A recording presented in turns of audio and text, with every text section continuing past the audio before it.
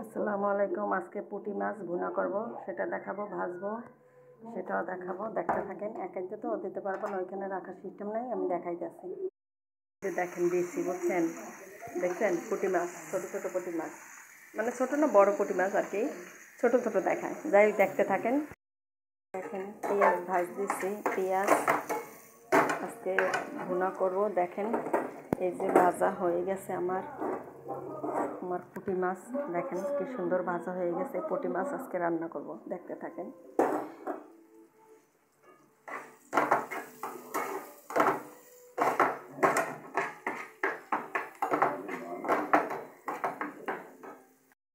এখন আমি একটু জল দেবো।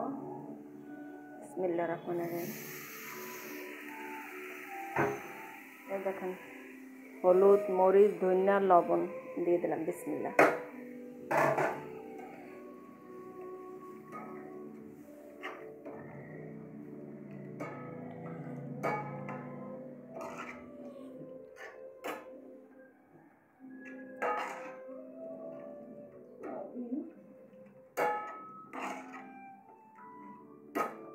একটু রসুন দেবো, আমি দেখাই। এই যে রসুন দিতেছি, এক হাত দিয়ে তো পারতেছি না, সবই করছে, রাখতেও পারতেছি না হাতের ভিতরে। কোনটা মশলা কষানো হয়েছে, আলু দিয়ে একটু কষাবো। এভাবে রান্না করে খাই দেখেন, পুঁটি মাছ দিয়ে আলু দিয়ে। এখন একটু একটু কষাবো, কষাইয়া তারপর দেখতে থাকেন। দেখেন কষানো হয়ে গেছে, এখন মাছটা দিয়ে একটু হালকা কষাবো।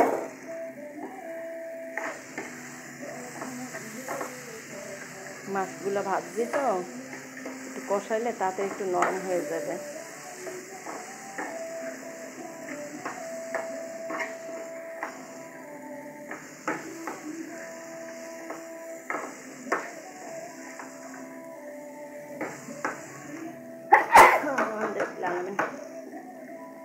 এইভাবে রান্না করে খাই দেখেন, মাশাআল্লাহ।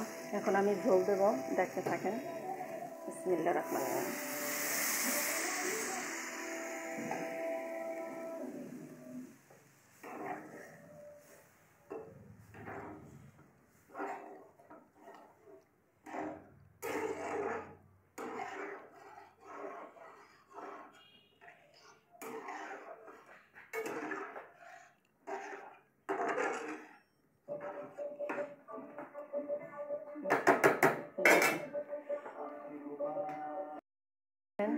বলক আইছে, আর এর ভিতরে আমি ধনিয়া পাতাও কাটে রাখছি, ধনিয়া পাতা দিয়ে দেব। এই যে দেখেন আমার ধনিয়া পাতা দিয়ে দেব। বলক আইছে, দেখতে থাকেন। এই যে এখন আমি ধনিয়া পাতা দিয়ে দেবো, দেখেন। বিসমিল্লাহ। একটা সুন্দর আলু দিয়ে, ধনিয়া পাতা দিয়ে, পুঁটি মাছ দিয়ে, আজকে আমি পুঁটি মাছ দিয়ে সব কিছু রান্না করছি। দেখাবো আপনাদের এক এক করে, দেখাবো সব কিছু। মাশাআল্লাহ, পুঁটি মাছ দিয়ে দেখেন, দেখতে থাকেন।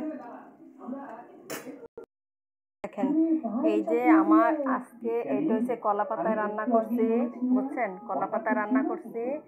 আর এখানে আমার রান্না হয়ে গেছে পুঁটি মাছ, এই যে আলু দিয়ে পুঁটি মাছ রান্না হয়ে গেছে। দেখছেন কি সুন্দর, দেখেন মাশাআল্লাহ কি সুন্দর হয়েছে রান্না। আর এখানে আমি না দেখালে তো বিশ্বাস করবেন না, আর বুঝতে পারবেন না। এই হচ্ছে বিশকচুর ফুল, বুঝছেন? এটাকে বিশকচুর ফুল বলে। তো এতটুকু খায় না, এই থেকে ডাটাটা সম্পূর্ণ খায়। শাপলার মতো করতে হবে এবং শাপলার মতো রান্না করতে হবে। এই যে আমি শাপলার মতো রান্না করছি পুঁটি মাছ দিয়ে। এই বিশকচুর ডাটা আমি পুঁটি মাছ দিয়ে রান্না করছি। আর এখানে কচুর লতি দিয়ে, পুঁটি মাছ দিয়ে, কলা পাতায় দিছি। আর এখানে আলু দিয়ে, পুঁটি মাছ দিয়ে। আজকে 3 আইটেমের পুঁটি দিয়ে বিভিন্ন আইটেমের করছি আমি, দেখতে থাকেন। আর এইটা খাইলে অনেক উপকার, দেখেন একদম শাপলার মতো এবং লতির মতো, যেভাবে হোক। তা যাই হোক, আপনারা এইভাবে যদি রান্না করে খান, এইভাবে মাশাআল্লাহ, মানে খেতে অনেক মজা। এই জিনিসটা আমি রান্না করছি, এত মজা। দেখেন আমি অল্প একটু খাইছি, ভাত খাবো, দেখাবো না। আর এই যে কলা পাতা রান্না করছি, পুঁটি মাছ দিয়ে কচুরলতি দিয়ে। তো কচুরলতি বা আপনার এই শাপলার মতো একদম অবিকাল কচুরলতির মতো দেখায় বা শাপলার মতো রান্না করলে। আর দেখেন এই যে মাশাল্লাহ, আপনারা সবসময় এতটুকু ফালাই দেবেন। এগুলো জঙ্গলে পাওয়া যায় বেশি, এটা খাইলে অনেক উপকার আছে। যাদের বাত আছে বাতের জন্য অনেক উপকার। আমার কথা বিশ্বাস না হলে আপনারা গ্রামে আগেকার দিনে নানি দাদিদের কাছে জিজ্ঞেস করেন, এইটা খাইতে পারলে অনেক উপকার হয়, বাতের জন্য উপকার আছে। কিন্তু হ্যাঁ, খাইতে হবে ভালোভাবে রান্না করে, নাহলে গলা খাওয়া যাইবে। বলবেন যে মহিলা বলতে পারে না রান্না করছি। এইটা প্রথম শাপলার মতো ছুলবেন, ছেলার পর এটা ভালো মতো গরম পানির ভিতরে সিজাইবেন।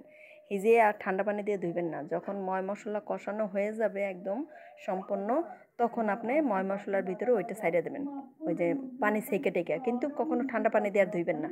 ওই যে একবার যে গরম পানি দিয়ে হিজাইবেন, যখন আদা বুদ্ধি হিজেন হইবে, ধরেন হাইয়েস্ট আপনি 10 মিনিট হিজাইবেন। 10 মিনিট হিজানোর পর বা 5 মিনিট, 10 মিনিট 5 মিনিট হিজাইবেন। হিজানোর পর আপনি পানি সেকে বাস রান্না করবেন। যে কোনো মাছ দিয়ে রান্না করবেন, খাইয়ে দেখেন এত মজা। কচুরলতি কী মজা হয়, এটা আরও মজা হয়। কিন্তু উপকার হয় বাতের জন্য, অনেক উপকার বাতের জন্য। তারপর একটুও গলা খাওয়া যাবে না। আর ওই ঠান্ডা পানি দিয়ে যদি আপনি রান্না করেন বা হিজাইয়া আবার ঠান্ডা পানি দিয়ে ধোন, তাহলে কিন্তু খাওয়া যাবে।